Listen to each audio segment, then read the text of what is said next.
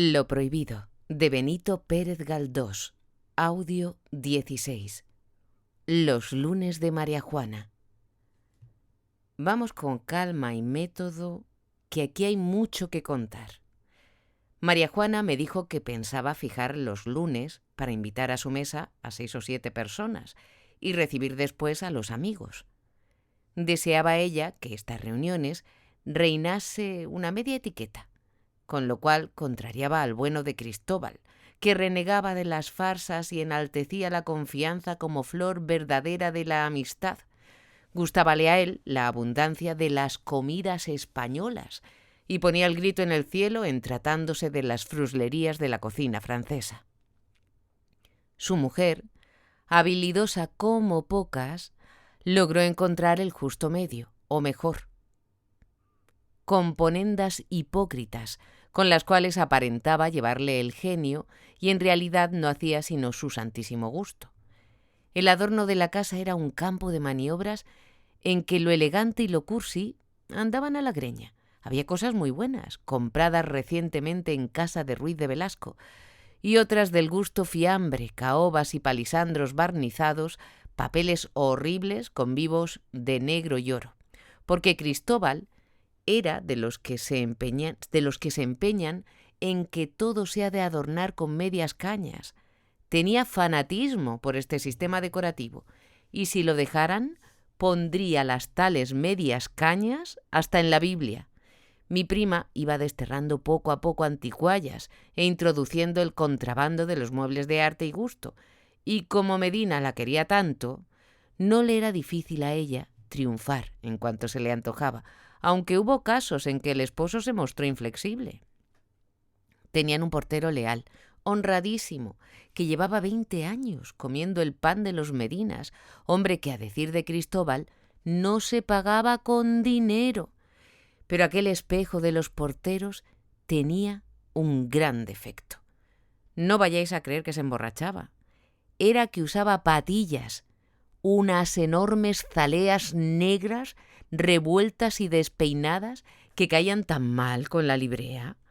La señora les había declarado la guerra, las odiaba como si fuese ella propia quien tuviera aquellos pelos en la cara. De buena gana habría acercado un fósforo a la de su leal servidor para incendiar aquel matorral indecente, pero Medina se opuso siempre a que se le hablara, al tal derraparse. Le parecía un ataque al libre albedrío y una burla a la personalidad humana.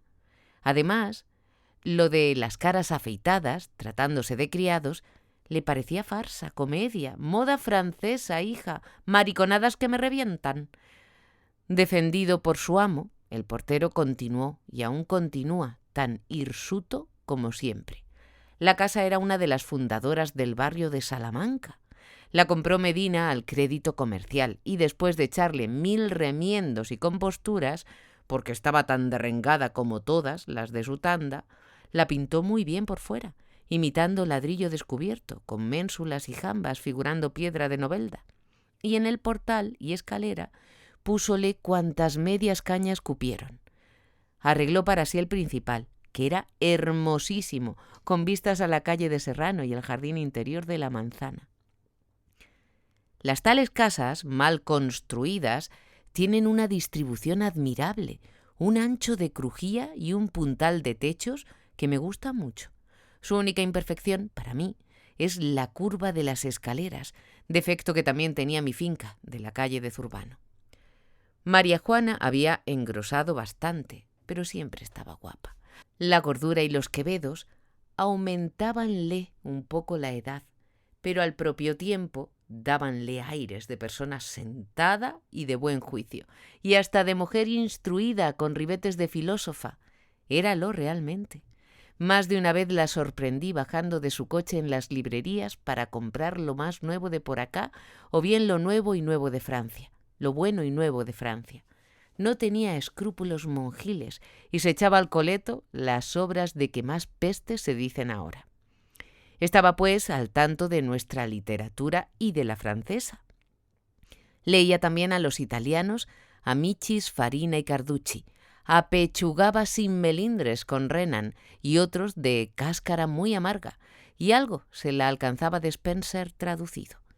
Mostrábame la señora de Medina, líbreme Dios de llamarla ordinaria, desde que nos vimos en San Sebastián, grandísima consideración. Fui el primero con quien contó para sus comidas. Iba también algunas tardes y hablábamos largamente. Descubrí a poco, tras un tejido de subterfugios muy discretos, un sentimiento vivo de curiosidad, deseo ardentísimo de conocer todo lo que había pasado entre Eloísa y un servidor de ustedes. Se trataba poco con su hermana. Sus relaciones eran pura etiqueta de familia en casos de enfermedad, de modo que yo solo podía ponerla al tanto de lo que saber quería. Dirigíame preguntas tras pregunta, y yo no me paraba en barras. ¿Para qué? Si saciando aquella curiosidad sedienta y mal disimulada la hacía feliz. ¿Por qué privarla de un gusto tan arraigado en su naturaleza? Preguntábame a sí mismo 1000 pormenores de la casa que ella tenía por el non plus ultra de la elegancia. ¿Cómo era el servicio del comedor? ¿Conservaba yo algunos menús de las comidas? ¿Cuántas veces se vestía Eloísa al día? ¿Se vestía por completo, de ropa interior o nada más que cambiar de traje? ¿Usaba esas camisas de seda que ahora han dado en usarlas? ¿Sus camisas de hilo eran abiertas por delante y ajustadas como batas? ¿Cuántas docenas de pares de medias de seda de color tenía? ¿A qué hora se peinaba? ¿Era cierto que se daba baños de leche de burra para conservar la tersura terciopelosa del cutis? ¿Traía el calzado de París? ¿Los jueves cuántos vinos servían? ¿Compraba champán de Reus, haciéndole poner etiquetas de la viuda Clicquot? ¿Era cierto que debía a Prast más de 6.000 duros? ¿Y a qué jugaban en la casa? ¿Al whist, a la Besigue o al Monte Limpio? ¿Era verdad que no pagaban nunca cuando perdía? ¿Era cierto que anunciaba a los amigos con 15 días de anticipación el día de su santo para que fueran preparando los regalos? A este bombardeo contestaba yo como Dios me daba a entender, unas veces categórica, otras ambiguamente, cuidando de no poner en ridículo a la que me había sido tan cara en todos los terrenos. Por supuesto, María Juana no perdonaba a ocasión de echarme en cara la más grave de mis faltas. Oh, no me lo perdonaría fácilmente, porque yo había envilecido a su hermana y a toda la familia. Verdad que si no hubiera sido conmigo, habría sido con otro, pues Eloísa tenía en su naturaleza el instinto de la disipación. Tratando de esto a menudo, dióme a conocer María Juana que no eran un misterio para ella las flaquezas de mi carácter. Hablóme, como hablan los médicos, con los enfermos, a quienes de veras quieren curar, y concluía con exhortaciones cariñosas, inspiradas en sus lecturas, todo muy discreto, juicioso y hasta un tantillo erudito. Vaya si tenía talento mi prima. Varias veces promulgó cosas muy sabias sobre los males que nos produce el no vencer nuestras pasiones. Somos débiles en general, pero vosotros, los hombres, sois más débiles que nosotras, las mujeres, y os chifláis más pronto y con caracteres más graves. Así vemos que personas de talento hacen 1000 locuras por dejarse ilusionar de una cualquiera cosa. Tú, que en tus negocios, según dice Medina, eres una cabeza firme, ¿cómo es que se te va el santo al cielo por unas faldas? Enigmas del hombre de nuestros días. Mejor dicho, del hombre de todos los días. Por fin, una noche después de larga conferencia antes de comer, me espetó la siguiente conclusión. Yo estaba enfermo, yo estaba desquiciado. Para ponerme bueno, era preciso administrarme una medicina en la cual se combinaran 2 salutíferos ingredientes, el trabajo y el himeneo. Agradecí mucho la intención y admiré el talento de María Juana, pero no podía mostrarme conforme con la segunda de las drogas recomendadas por ella. El trabajo me convenía realmente, y ya me había metido en él, pero el matrimonio... Mi alma estaba llena de Camila, que ni una hilacha, ni una fibra de otra mujer podían entrar en ella. Hubiérame guardado bien de revelar a María Juana la pasión que Camila me inspiraba, porque de fijo le habría dado un mal rato. Debo hacer constar que aquella señora miraba a su hermana menor con cierta indiferencia, parecida al menosprecio, y teníala por mujer vulgar y sin mérito alguno. Firme en sus 13, es decir, en que yo debía trabajar y casarme, la ordinaria, sin querer se me escapa este mote, me dijo aquella misma noche con gracia mezclada de protección: «Estate sin cuidado, que yo te buscaré la novia, mejor dicho, ya te la tengo buscada, verás qué joya». «No, prima, no te molestes», repliqué. «No hay mujer para mí, es una desgracia, pero no lo puedo remediar. No creas, también yo he pensado en esto, y solo saco en claro una cosa, y es que no tengo media naranja. Si me fijo en una que tiene buena planta, resulta con una educación deplorable. La bien educada es fea, como un mico, y la bonita y lista me sale con perversidades y resabios que me aterran. Si es pobre, me parece que me quiere por el dinero. Si es rica, tiene un orgullo que no hay quien la aguante. Por más vueltas que le des, la tostada no parece. Y por fin, si quieres que te diga la verdad, a mí hay un vicio fisiológico, una aberración del gusto que no puedo vencer, porque ha echado ya sus raíces muy adentro, confabulándose con estos pícaros nervios para atormentarme. Te reirás, es que no me agradan más que las cosas prohibidas, las que no debieran ser para mí. Si alguna que no esté en estas condiciones me gusta, al punto la idea de que sea yo quien la prohíba a ella, me quita toda ilusión. Ríete todo lo que quieras, llámame loco, enfermo, despreciable y hasta ridículo, pero no me digas que me case. Mirábame sonriendo con majestad, como segura de vencer aquella manía tonta. El gesto de su mano acompañaba admirablemente la frase cuando me decía: «Estate sin cuidado, que yo te quitaré esas telarañas de los ojos, mejor dicho, esos cristales, porque son falsos prismas. Eres un vicioso, déjate estar, que cuando conozcas a la candidata».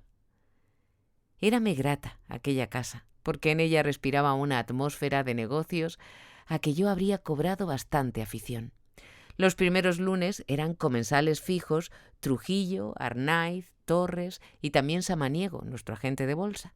No se hablaba más que del estado de los cambios, de si se haría bien o mal la liquidación de fin de mes y de otros particulares relacionados con la economía social. De cuanto hablaba Medina, se desprendía siempre lo que llamaré el endiosamiento del arreglo, la devoción de la solidez económica. No comprendía él que nadie gastase más de lo que tiene. Odiaba la farsa, el aparentar lo que no existe y el boato ruinoso de los aristócratas. ¿Cuánto más vale un buen pasar, la comodidad y sobre todo la satisfacción profunda de no deber nada a nadie? Porque él quería que por todo el orbe se divulgase que jamás de los jamases había tenido una deuda y que en su casa todo se compra con dinero en mano. Por esto vivían él y su señora tan tranquilos. ¿Podrían otros decir lo mismo? Seguramente no. Muchas veces concertábamos allí, de sobremesa, operaciones para el día siguiente. La casa era nuestro bolsín. Andando los días, allá por febrero, cuando las reuniones se animaron con la introducción de nuevas personas, este fondo de tertulia económica era siempre el mismo, y en los corrillos de hombres, solos, reinaba la chismografía financiera con vislumbres de social. En ninguna parte había oído yo sátiras tan despiadadas como las que allí escuché, referentes al lujo estúpido de muchos que no tienen sobre qué caerse muertos. Y era que en ninguna parte se tenía un conocimiento más completo de las intimidades pecuniarias de toda la gente que pasa por rica en Madrid. Torres, como hombre que había andado en tratos de préstamos menudos, Medina, como prestamista hipotecario de algunas casas grandes, Arnaiz, en su calidad de patriarca del comercio de Madrid, Trujillo, expertísimo banquero, conocían al dedillo, cada cual bajo aspecto distinto, todas las trapisondas económicas de la sociedad matritense. Cuando se tiraban a contar cosas y a ponerles comentarios, yo me encantaba oyéndolos. ¿Qué tenían que ver las anécdotas del general Morla con aquella verdad palpitante, toda números, toda vida? Las agudezas de los conversacionistas más ingeniosos palidecían junto a aquel cuento de cuentas. Y que no se mordían la lengua los tales. La casa de Trastámara estaba ya tambaleándose. Había tomado Pepito 10.000 duros el mes anterior y ya andaba poniendo los puntos a otros 10.000, si bien no era fácil encontrar a un primo que se los diera. Sobre el palacio grababan 3 hipotecas. De las fincas históricas solo quedaba la ganadería de toros bravos. Hasta las cargas de justicia las tenía empeñadas el anémico prócer. El duque de Armada Invencible tenía un pasivo de 23 millones de reales. Su activo no llegaba seguramente a 19, comprendido el caserón, que por estar situado en un sitio céntrico valdría mucho para solares. Se susurraba que los cuadros y las armaduras habían salido para París con objeto de venderse en el Hotel Drut. Que el duque estaba con el agua al cuello lo probaba el hecho de haberse dejado protestar una letra de Burdeos por valor de 20 y tantas mil pesetas. Medina sabía de muy buena tinta que los de Casa Bojío habían llegado a tal extremidad de vivir con lo que les quería fiar el tendero de la esquina y, sin embargo, daban bailes, metían mucho ruido, salían por esas calles desempedrándolas con las ruedas de su coche y poniendo perdidos de barro a los pobres traseúntes que han pagado al sastre la levita que llevan. Él no comprendía esto. No le cabía en la cabeza tal manera de vivir. Dar bailes y comilonas y de ver la escarola. Nada, que este Madrid es muy particular. Arnaiz sabía que sobrino Hermanos tenía una cartera de 70.000 duros incobrables. Así no era de extrañar que elevaran el valor de los géneros. Parecía mentira que el frenesí de los trapos ocasionara estos desequilibrios en la riqueza. Y lo peor es que han de seguir surtiendo a las que no les pagan, pues si le negaran el género, los descreditarían solo con decir que no traen más que cursilería. Así es que cuando las insolventes van a la tienda, las tienen que recibir con los brazos abiertos y mimarlas mucho, y sacarles hasta el fondo del cofre para que lo revuelvan todo, regateen, mareen a Cristo, carguen con lo que gusten y después vayan pagando a pijotadas si es que pagan algo. Últimamente se había animado algo el comercio de Madrid con el cambio político. Siempre que sube un partido que ha estado a ver venir mucho tiempo, con los dientes largos y medio palmo de lengua fuera, se animan las ventas. Muchas señoras se emperijilan entonces de nuevo, algunas echan la casa por la ventana. En estas épocas suele cobrarse algún crédito de 3 o 4 años, que ya se tenía por muerto. Pero si los políticos estaban tan alicaídos como los aristócratas, en cambio, desde que se regularizó el presupuesto y el tesoro dejó de trampear, se notaba una cierta tendencia al reposo, al orden general. Es una vulgaridad la creencia de que los políticos viven a costa del país y se regalan como príncipes. La mayoría de ellos están a la cuarta pregunta, unos porque gastan sin ton ni son, otros porque la ley de contabilidad los tiene metidos en un puño. Haylos también que son honrados a marcha martillo. Trujillo conocía a uno de gran importancia que se veía perseguido por los acreedores poco después de haber estado en situación de hacerlo poderoso. ¿Verdad que todos no eran así?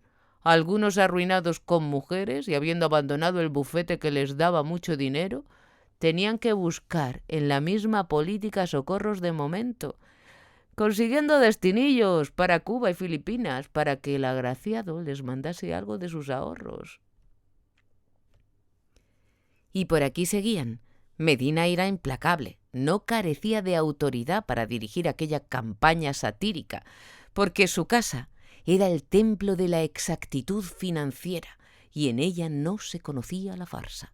Torres, que en su afán de criticar no perdonaba ni a su mejor amigo, me decía una noche, solos él y yo: «¿No crea usted Cristóbal tiene motivos para saber cómo andan las cajas de la grandeza. Las mermas de aquellas casas son los crecimientos de esta. Figúrese usted que Cristóbal tiene una pajita en la boca. El otro extremo cae en la contaduría de Pepito Trastámara. Cristóbal hace así, aliquís chupatur, y se va tragando todo. Después sacó del bolsillo del faldón de su levita un folleto y hojeándolo añadió: «Esta es la memoria del banco con la lista de los accionistas que tienen voto en el consejo. ¿Ve usted a Cristóbal Medina figurando aquí con 1.250 acciones cuando en la lista del año pasado no tenía más que 650? ¿Qué te enseñaba Torres?», me preguntó María Juana un momento después. «La lista de accionistas del banco, en la cual figuras con 1.250, si no lo llevas a mal. Nosotros solo gastamos la tercera parte de nuestra renta. Mírate en este espejo y compara». Me lo dijo con gracia. En efecto, yo me miraba en el espejo y comparaba, no pudiendo menos que señalar en mi interior a tal casa y familia como dignas de imitación. María Juana tenía un vestido oscuro con preciosísima delantera de tela brochada, de un tono de oro viejo, el cuerpo admirablemente ajustado y ostentando encajes de valor. Estaba en realidad muy elegante, y nada tenían que envidiarle las de aquel otro mundo matritense tan cruelmente flagelado por Medina. En su persona sabía María Juana convertir en letra muerta las teorías del castellano viejo preconizadas por su marido. Muy santo y muy bueno que el portero no se rapara las barbas, que se conservasen en las comidas ciertos platos de saborete español, llegando el amor de lo castizo hasta servir de vez en cuando el cabrito asado a la granulaque de Toledo. Muy santo y muy bueno que se hiciese una religión del pago de las cuentas, que en el Teatro Real no bajasen nunca de los palcos principales a los entresuelos, que no hubiera en la casa boato estúpido, ni se diera de comer a troche y moche, a tanto y tanto hambrón. Muy santo y muy bueno que no pusiera allí los pies Pepito Trastámara, y que se evitase por todos los medios que la casa se pareciese ni aun remotamente a otras donde con mucho bombo, mucho platillo y mucho de high life quejábanse los criados de que los mataban de hambre. Muy santo y muy bueno todo esto. Pero ella, la señora de la casa, se vestiría siempre a la última y del modo más rico y elegante, viniera o no de Strangis la moda y trajera o no entre sus pliegues el pecado de la farsa y de las mariconadas francesas. Nada más injusto que el dictado de ordinaria de Medina que la de San Salomó continuaba aplicándole.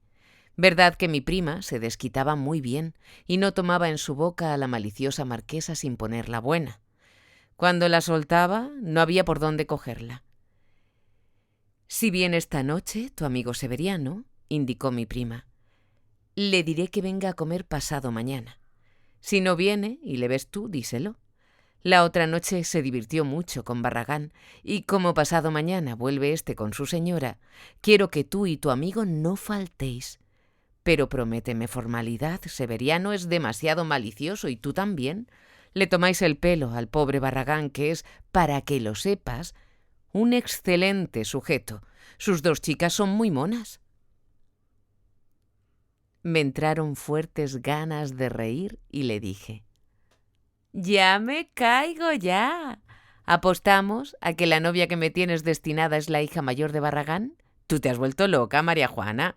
Aunque Esperancita me gustara, que no me gusta, aunque estuviera bien educada, que no lo está, y aunque me la diera Barragán forrada en todas sus acciones del banco, no la tomaría hija, porque además de las razones que tengo para no querer casarme, eso de ser yerno de no cabe más excede a cuantos suplicios pueda inventar la imaginación». «Cállate la boca, tonto», me contestó riendo también. «No es esa, no, la que te tengo destinada. La tuya es otra, y no la has visto todavía, al menos en casa. La inopinada aparición de don Isidro Barragán, que después de saludar a mi prima estuvo hablando un ratito con ella, nos impidió apurar el tema. «Bárbara y Esperanza se nos han puesto malas esta tarde», dijo Barragán dando resoplidos. «Pobrecitas. ¿Y qué ha sido?» «Nada. Cosa del estómago. Las comidas del viernes no les caen bien, pero Bárbara no quiere que en esta casa se falte a lo que manda la Iglesia. Yo le digo, partiendo del principio de que sea santidad eso de comer pescado en vez de carne, y yo lo pongo en duda, pero en fin lo admito, parto del principio de que, yo digo, las personas delicadas no deben estar exentas de cumplir esas reglas. Y no crea usted, tuvimos que llamar a Zayas, dolores en la boca del estómago, vómitos. Al fin, paulatinamente se han ido serenando. Bien merecido les está. Yo, como no creo en esas teologías, comí en casa del amigo Lardi. Buen pavo trufado, buenas salchichas y buenos bisquetes como ruedas de carro. Hola, Cristóbal. ¿Pero ha visto usted hoy? Queda el perpetuo por debajo del 59. ¿Qué dice Torres? ¿Ha habido malas noticias? Lo que ya sabíamos, otra sublevacioncita militar. Esto da vergüenza. Aquí no hay más que pillería. Aquí no hay quien sepa gobernar. Yo fusilaría media España y veríamos si la otra mitad andaba derecha. Porque vea usted, añadía tocándome ambas solapas y haciéndome retirar un poco, pues tenía la mala costumbre de echársele a uno encima. Si los hombres de negocio nos pusiéramos un día de acuerdo, todos con patos, y dijéramos, ¡ea! Se acabó la farsa, donde hoy abajo la política de personas y arriba la de los grandes intereses del país. Seguramente que... Porque vea usted, prosiguió él sin dejarme meter baza. Yo, que tengo 2.250 acciones del banco, usted que tiene 500, es un suponer, otro que tiene 1.000 y otro, santo y cuánto, y Trujillo, que gira 10 millones de reales al año, tal y cual, cada uno con su negocio, suponga usted que nos reunimos todos y decimos, hasta aquí llegó la farsa. Se me dirá que es difícil que tantos intereses se pongan de acuerdo, pero yo, partiendo del principio de que no hay ningún hombre político que tenga 2 dedos de frente, sostengo... No tiene duda. Felizmente se apareció Severiano y se lo endosé. Mi amigo se divertía con semejante mostrenco. Yo no. Me atacaba los nervios aquel pedazo de bárbaro que por el hecho de haberse enriquecido de la noche a la mañana se lo quería saber todo, disputaba a gritos, quería imponer su opinión, se conceptuaba más rico que nadie y más listo y más agudo y más caballero y rumboso, cuando en realidad era una baldosa con figura humana, grosero, ignorante y sin pizca de hidalguía ni delicadeza. La fortuna de Barragán ha sido uno de los grandes misterios de Madrid. Era, si no estoy equivocado, de tierra de Albacete. El 60 tenía una tenducha de géneros de punto en la Plaza Mayor. Metióse en no sé qué contratas, hizo préstamos al tesoro, empezó a crecer como la espuma. El 77 se le citaba como un gran tenedor de valores del Estado. El 80 eclipsaba con su recargado lujo a muchos que siempre pasaron por muy ricos. El 83 no había ya quien le aguantara. Estaba en el apogeo de la presunción ridícula y de la suficiencia cargante.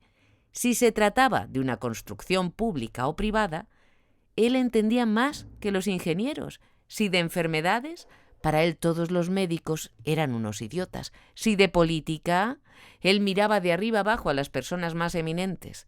Cuestionando sobre derecho, se atrevía a corregir a un jurisconsulto encanecido en los tribunales. Hasta en literatura se las tenía tiesas con el más pintado. En fin, que las coces de aquel burro de oro eran el providencial castigo de la sociedad por el crimen de haberle elegido. Contóme Villalonga que un día le encontró en Recoletos disputando con Castelar. Ello era algo de política, de religión o cosa tal, muy sublime. Barragán manoteaba y alzaba la voz delante del rey de los oradores, escupiendo a la faz del cielo los mayores disparates que de humana boca puedan salir. El otro se reía y le hacía el honor increíble de contestar a sus gansadas. Cuando se separaron, don Isidro dijo a Villalonga: «Puede conmigo, le he apabullado. Estos señores de las palabras bonitas se vuelven tarumba en cuanto se les ataca con razones». En bolsa era a veces insolente. Tenía pocos amigos y miraba a la muchedumbre perdonándoles la vida. Solía hablar del tesoro como si fuera la faltriquera de su chaleco. Y al Banco de España lo trataba de tú, pero no tenía el valor del aventurero, ni veía los contratiempos con la serenidad del agiotista de raza. Contóme Torres que un día de gran pánico y baja de valores daba risa ver la cara que ponía Barragán oyendo publicar las últimas cotizaciones. Fue una diversión su facha, y todos iban a verle, inmóvil, espatarrado, con el hocico más estúpido que de ordinario. Los chorros de sudor le corrían por la cara abajo. Él se limpiaba y mugía. María Juana, que era bastante maliciosa, hízome reír contándome los solecismos que el tal decía a cada instante. Oíamos su risa explosiva que estallaba en el salón inmediato como un petardo, y al poco se nos acercó Severiano. «¿Qué barbaridades ha dicho?», preguntó María Juana. «Muchísimas. Ha partido del principio como unas 50 veces en 15 minutos. Ha dicho que en la cacería del lunes comió fiambre frío y que ha puesto una pipa de Flandes. Tengo que apuntarlo porque es oro molido. He de hacer un diccionario de este hombre, como el que Paco Morla hizo de las barbaridades del general Minio». «Ayer», refirió María Juana tapándose discretamente la cara con su abanico, «estábamos hablando de una mala compra que hice. Él quiso decir que me habían dado un timo, pero no pareciéndole fina la palabra, dijo que me habían dado un mito. Es divino ese hombre. No se paga con dinero. Lo que es eso, ya se ha cobrado él de antemano las gracias que dice». «Severiano», añadió mi prima, «no conoce todavía a la señora de Barragán. Esa sí que es tipo. Venga usted a comer pasado mañana. Verá usted, yo la llamo no cabe más, porque esta frase no se le cae de la boca.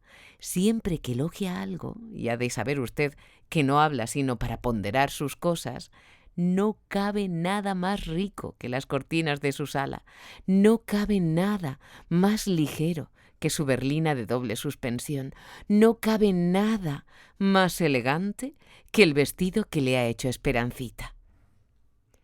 Vimos a la señora de Barragán 2 noches después. Yo la conocía, mi amigo no.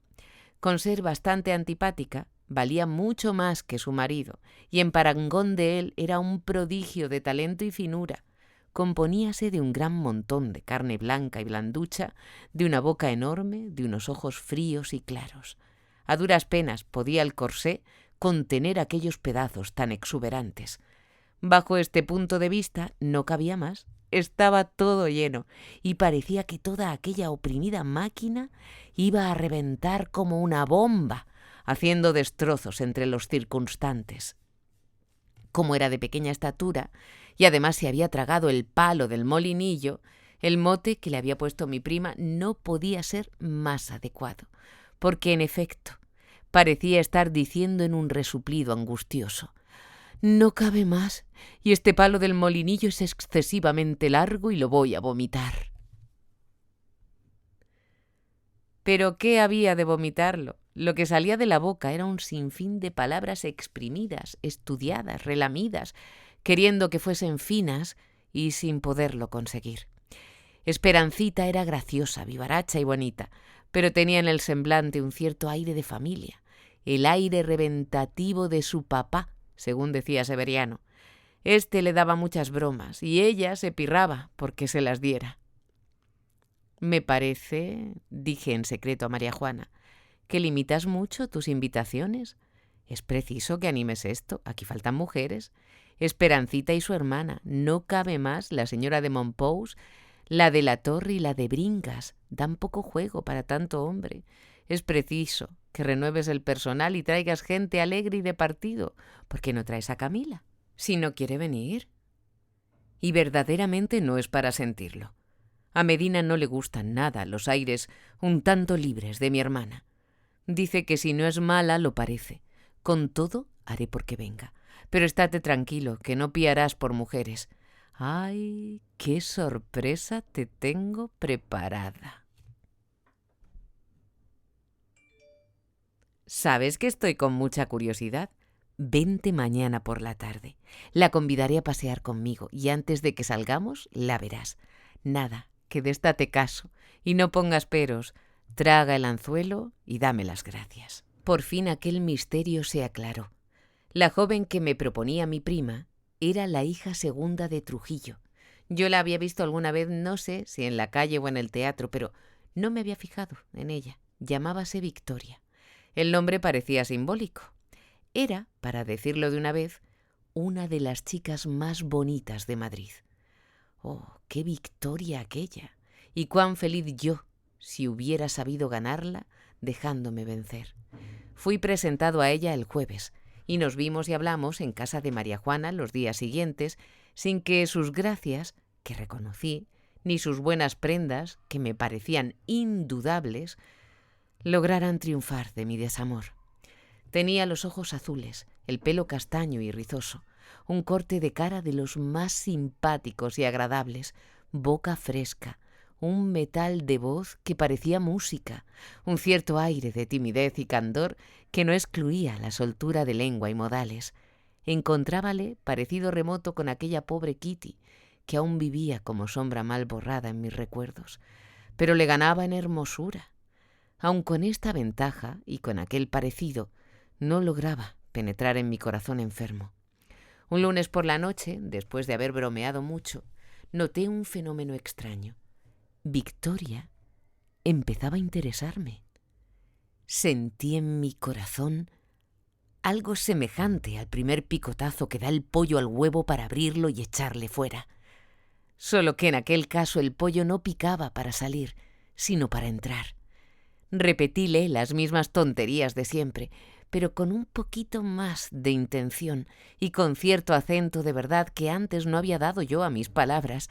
Respondíame la pobrecita con ecos de dulcísima simpatía. A poco que yo me cayera de aquel lado, vendría ella sobre mí de golpe. Pero cuando menos lo esperaba yo, me veo entrar a Camila, y adiós mi formalidad. La miré de lejos y su presencia, como a Macbeth las manchas de las manos, me arrancaba los ojos. Estaba yo hablando con Victoria y Victoria se borraba delante de mí. Las palabras salían de mí como una máquina. Mi vida toda estaba en Camila y no veía nada a que ésta no perteneciese. Y cuidado que estaba elegante la borriquita. Yo la había visto confeccionando por sí propia aquel vestidillo de color metálico con adornos azules y me admiraba de lo bien que le caía. Su hermana mirábala con cierta envidia. Debió írseme el santo al cielo porque la otra me puso unos hociquitos muy mimosos y sin darse cuenta del motivo de mi distracción me dio a entender que se sentía humillada. Aún había de ocurrir algo que me desconcertaría más. María Juana significó a Camila sus planes de casarme.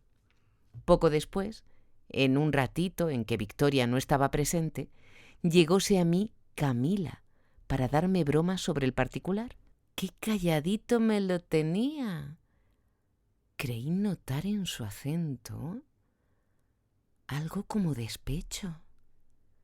Algo que trascendía a recriminación.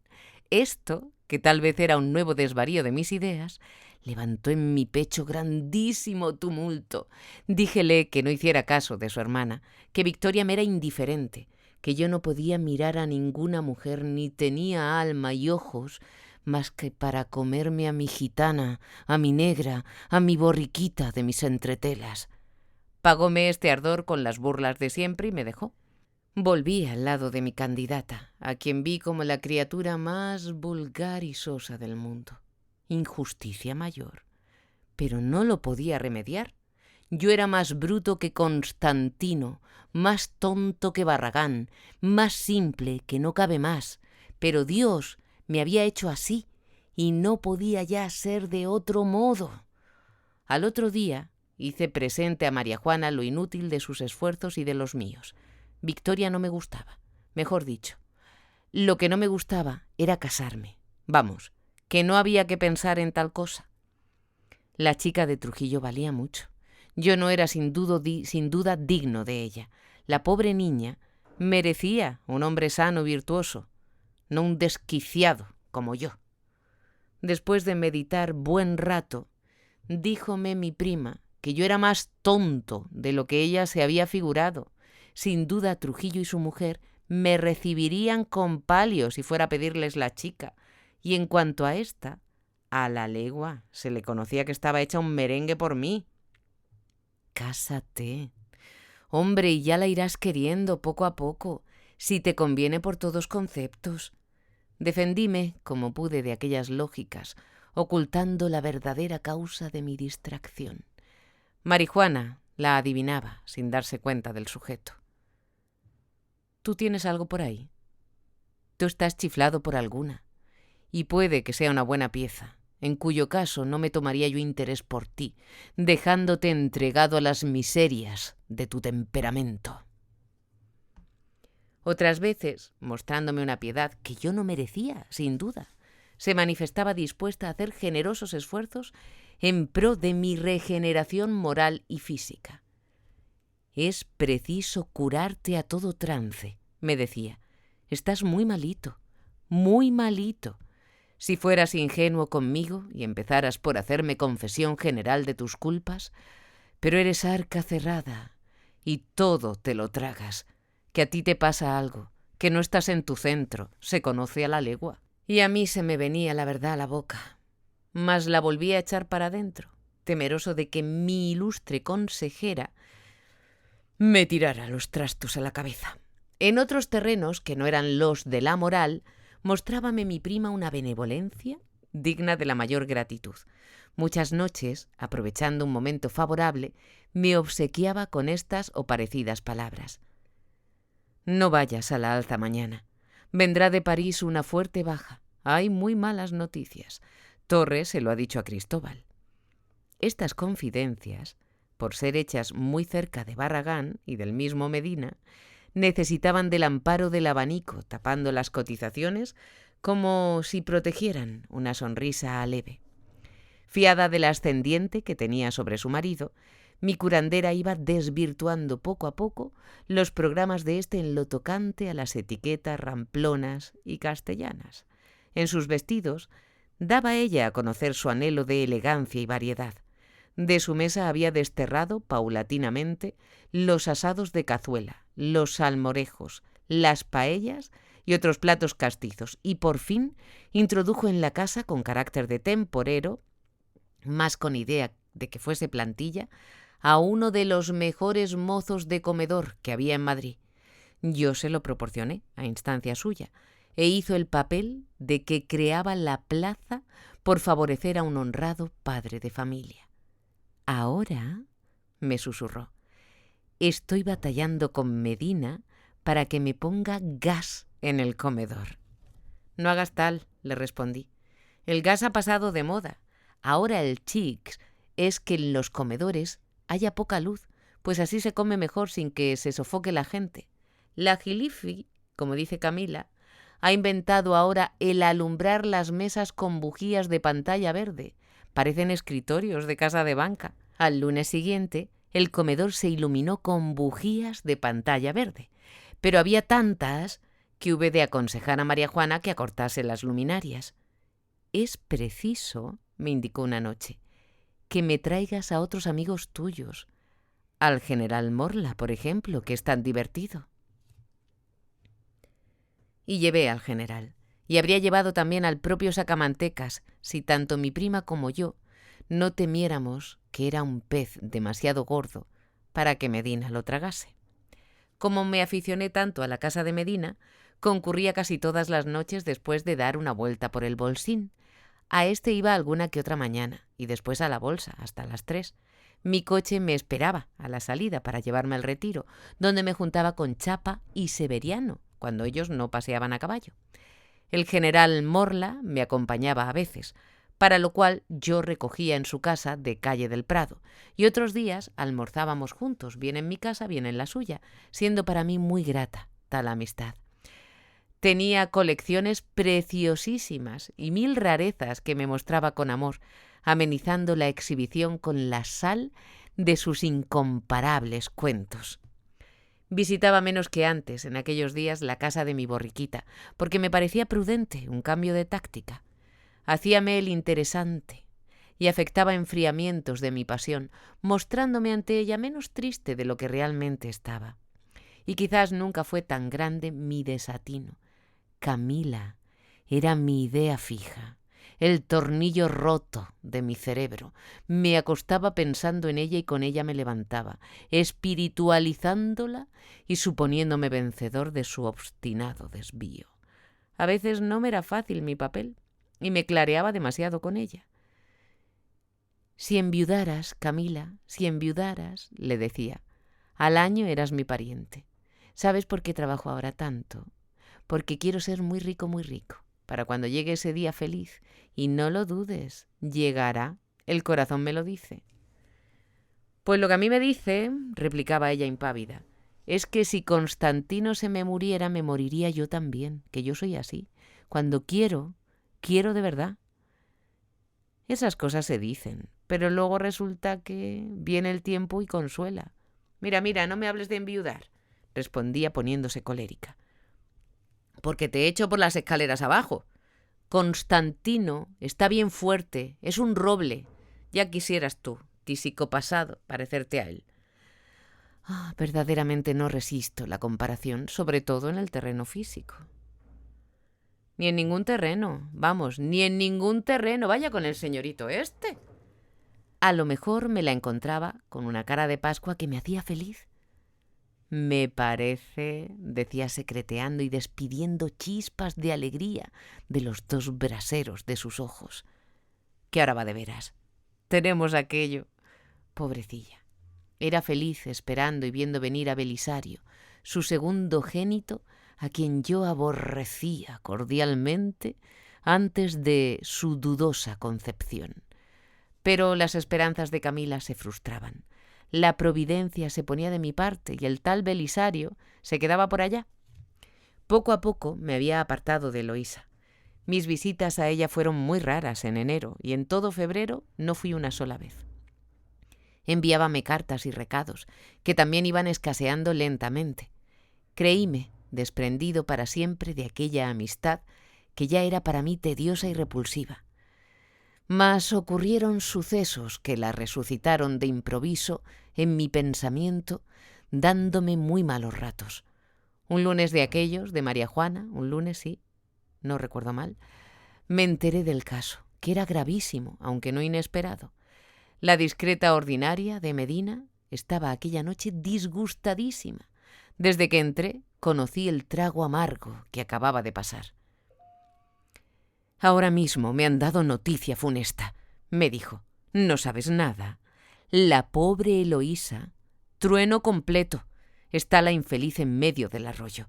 Bien sabía yo que esto tenía que venir, y lo siento más que por ella, pues bien merecido lo tiene, por la vergüenza que cae sobre toda la familia. En una palabra, Fúcar, añadió deslizando las palabras con muchísima cautela, Fúcar, hace un mes, se declaró huido. Eso ya lo sabía. Después, uno de esos malagueños ricos, no sé cuál, también lo sabía. Pero el malagueño se ha cansado también, y estos días la pobre se ha visto acometida de toda la Inglaterra con verdadera furia. Parece que tomó dinero empeñando el mobiliario, y si no hay quien lo remedie, la dejarán sin una astilla. Los cuadros, tapices, cacharros, también se los llevan. Bien sé que es muy mala, que apenas merece compasión, pero estoy disgustadísima, no lo puedo remediar. Pobre mujer, si pudiéramos hacer algo por evitarle esa vergüenza. He consultado con Cristóbal y él, como es tan bueno, no tiene inconveniente en facilitar alguna cantidad para evitarle el embargo. Nos quedaríamos con algunos muebles. Me gusta el espejo horizontal que tú le compraste y no me parece mal la sillería de raso del gabinete. Tú podías encargarte de arreglar esto. Respondí que no quería meterme en tales enredos y que allá se entendieran como quisiesen. Que si los prenderos le vendían hasta la última silla, ella tenía la culpa. Que si se la sacaba del atolladero, inmediatamente se metería en otro, porque era mujer para quien nada valía la experiencia. María Juana convino en esto y no hablamos más del asunto, aunque bien se le conocía a mi prima que no podía pensar en otra cosa. A última hora díjome que se sentía afectada de su dolencia constitucional, aquella insufrible sensación de tener entre los dientes un pedazo de paño y verse obligada a mascarlo y tragarse los pedazos. Debía de ser cosa horrible. Estaba pálida y se quejaba de un fuerte dolor de cabeza, por lo cual su cariñoso marido la obligó a retirarse.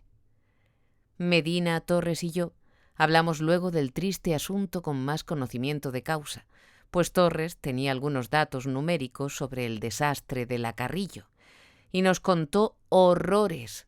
Medina se llevaba las manos a la cabeza diciendo: «¿Pero está loca en que gastaba tanto dinero? Fúcar le daba, el malagueño le daba, y siempre más. Oh, Madrid, Madrid, yo me aturdo pensando en esto.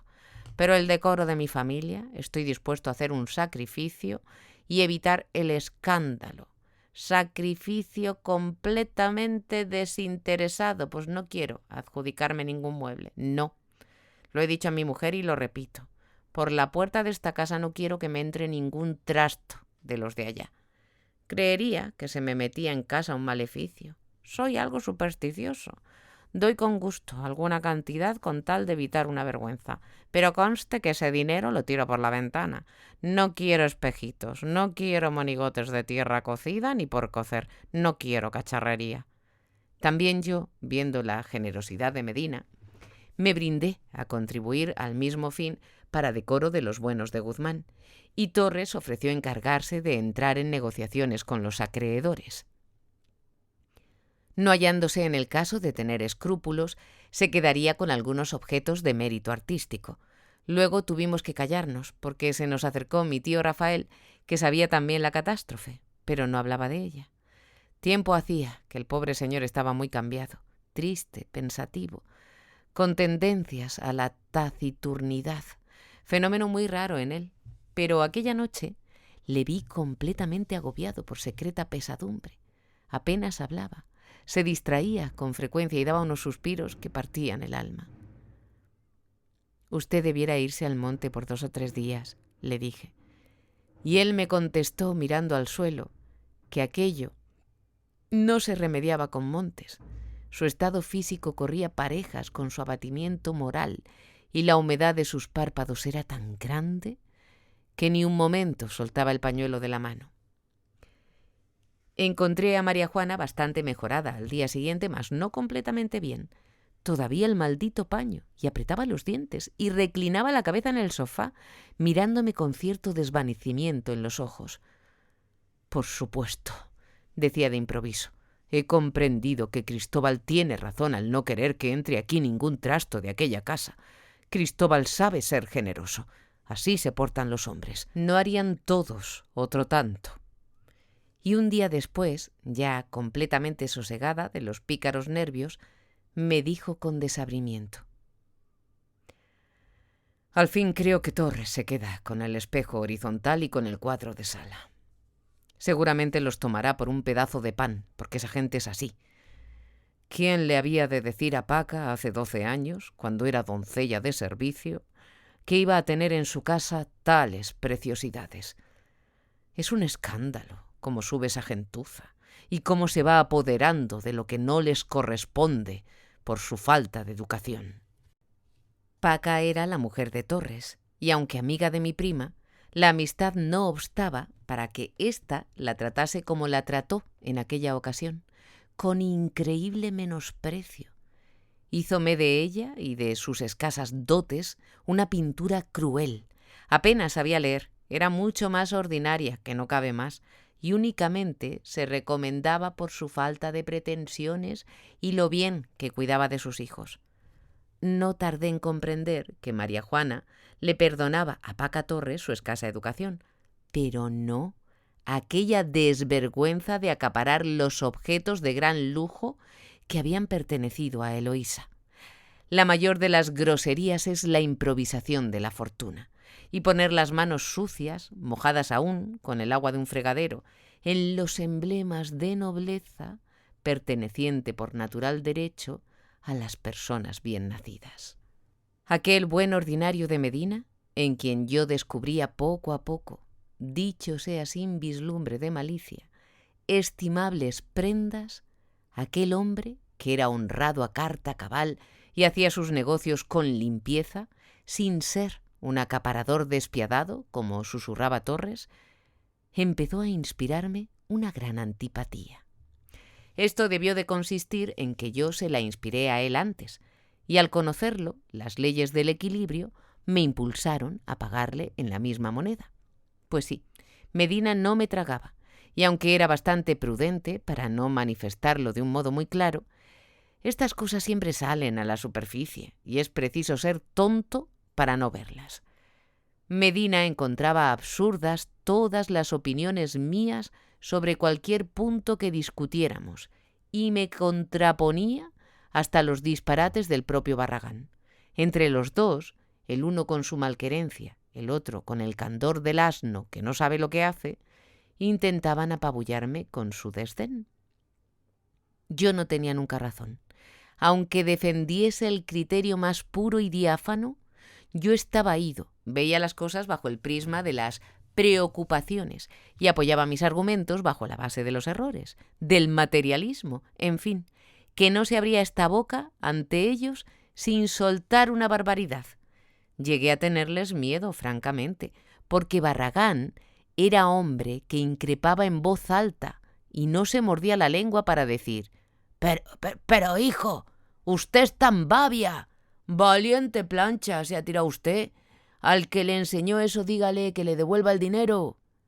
No había más remedio que llamarles burros o aguantar estos chubascos. Habría sido yo muy injusto si hubiera tratado mal a Medina, pues su malquerencia, justificada tal vez, no era motivo bastante para que yo desvirtuara su mérito, que no se me ocultaba. Lo repito sin pizca de ironía. Cristóbal Medina era un hombre que, fuera de aquellas ridiculeces de las medias cañas, de su infame gusto literario y artístico y de sus modales poco finos, no merecía más que sinceros elogios y la estimación de todo el que le tratase.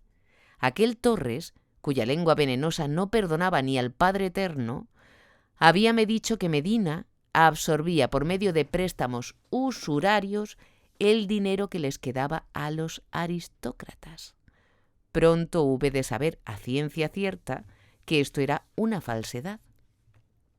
Todos los préstamos que Medina había hecho con hipoteca eran con moderado interés.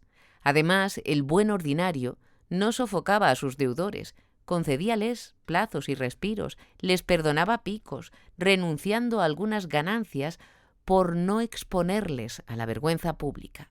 Era también hombre capaz de tener generosidades de esas tanto más meritorias cuanto más secretas, y bien claro se ha visto su buena ley en el asunto de Eloísa. Para evitarle un bochorno, puso a su disposición de ella cierta suma, y aunque lo hizo en calidad de préstamo, bien sabía que aquel dinero era ya perdido para siempre. Y negándose a tomar en cambio ni un alfiler, desagradó a su esposa, pero se acreditó de hombre recto y compasivo. Gozaba fama de avaricia, pero esta fama la tienen en Madrid todos los que no tiran su dinero a los cuatro vientos, y no hay que hacer caso de ella. Esta opinión la hacen los pródigos parásitos y los que se gozan en ver rodar el dinero ajeno después que han desparramado el propio. ¿Saben ustedes quién había propalado la sordidez de Medina? Pues, entre otros, el pillete de Raimundo, que nunca pudo dar más que un sablazo a su cuñado, el cual hubo de pararle los pies cuando intentó descargar el segundo. Eso sí, Medina no gustaba que nadie le cogiese de primo. Era en esto mucho más inglés que yo y muchísimo más práctico. Mi tío Rafael también era algo responsable de aquella falsa opinión de avaricia. Ignoro si mediaron disgustillos entre uno y otro por cuestión parecida a la que motivó la mala voluntad que Raimundo tenía a su cuñado. Solo sé que en cierta ocasión Medina sacó a mi tío de un gran apuro y que si no se repitió el milagro fue porque el tal llevaba en su escudo económico el lema de non bis in idem. Cristóbal era generoso cuando veía una lástima y el lastimado no le pedía nada. Si otorgaba favores de todo corazón a algún prójimo, hacíalo por una vez, pero si el tal repetía, negábase resueltamente. He oído contar esta misma costumbre del barón Rothschild y de don José Salamanca, y me parece, con perdón de los pedigüeños, que está basada en un sólido principio de moral financiera. Pues bien, como lo cortés no quita lo valiente, repito que este hombre, en quien yo reconocía cualidades apreciabilísimas, empezó a serme antipático y yo a él lo mismo. Noté que siempre que hablábamos, María Juana y yo, apartados de la conversación general, venía él como a interrumpirnos. Sus modos eran un tanto secos, sus palabras bastante agrias. «Se empeña en ser desgraciado», decía la taimada de mi prima, «y en despreciar a la Trujillita, que es su salvación». «Déjale, mujer, déjale», replicaba él con desabrimiento, sin dignarse mirarme. «¿Quién te mete a ti, a redentora? Es mayor de edad y debe saber cuántas son 5. Aquella noche, hablando de tabacos, Barragán me dijo que yo no había inventado la pólvora y, a propósito, Medina fumaba muy bien. Si en el comedor y en los demás goces suntuarios su religión era la medianía, en aquel maldito vicio picaba muy alto. Tenía vegueros riquísimos, marcas de primera, y todas las vitolas conocidas, desde el menudo entreacto a las regalías imperiales y cazadores más exquisitos. Recibía de La Habana, en remesas de 4.000, lo mejor de aquellas fábricas, y obsequiaba a sus amigos con largueza. Quiero decir que daba cigarros para que los fumásemos allí, pero no regalaba nunca mazos enteros, ni menos cajas. A su casa iban muchos por fumar bien, como van otras por comer. Algunos que se pasan el día tirando de los peninsulares de estanco, con ayuda de una boquilla de cerezo, acudían allí por las noches a regalarse con un Henry Clay o un predilecto de Julián Álvarez. Observé que casi siempre reservaba para mí piezas infumables, que parecían veneno por lo amargas y caoba por lo incombustibles. Dábamelos como cosa buena, elogiándolos mucho, mas yo le devolvía la broma, si es que lo era, llevando preparada en mi petaca alguna targanina capaz de hacer reventar a un bronce. A veces este doble juego terminaba en risas, sin más consecuencias. Al cuarto de fumar lo llamábamos la sala de contratación, pues venía a ser en cierto modo nuestro bolsín. Sobre la mesa estaba el boletín con las cotizaciones del día, y entre chupada y chupada solíamos decir algo de que resultaba al siguiente una operación formal. «Mañana», decía Torres, «tomaré a 90 todo lo que me quieran dar». «Doy 95, guárdeselo usted». Otras veces Torres se levantaba de su asiento y exclamaba «¡Hechas!». Como aquel maldito explotaba el pesimismo, nos llevaba siempre cuentos lúgubres de sediciones militares y de trapisondas y crisis de 1000 demonios. El ministerio estaba dando las boqueadas, el rey enfermo y los republicanos en puerta. Siempre tenía 2 o 3 telegramas de París que enseñarnos anunciando depreciación, pero los de verdadero interés para él se los guardaba donde nadie los viese. Era un bajista temible y no parecía prudente aventurarse en contra suya, porque, confabulado con un sindicato de jugadores franceses, dominaba nuestra bolsa. Medina y yo le seguíamos, unas veces juntos, otras no. Cuando mi liquidación de fin de mes, después de casar cifras, arrojaba algo en favor de Cristóbal, éste me decía: Mañana me tiene que aflojar 100.000 pesetillas. Decíamelo con tal complacencia y regodeo que me lastimaba. No era costumbre entre jugadores hablar así. Indudablemente tiraba a dar de veras y hacía las combinaciones con saña y deseo de herirme en lo vivo. Esto y lo de los cigarros y sus interrupciones cuando María Juana y yo hablábamos, y otras señales evidentes de su recóndita inquina, movieron en mi ánimo deseos vivísimos de jugarle una mala pasada. Este sentimiento nació en mí débil y fue tomando cuerpo, alentado por sucesos que he de referir a su tiempo, amén de otras causas inherentes a la naturaleza humana. Al principio rechazó mi conciencia la idea de la mala pasada, pero poco a poco la idea se extendió y echó raíces, concluyendo por posesionarse de mí con fuerza irresistible. Vaya, si se la jugaría.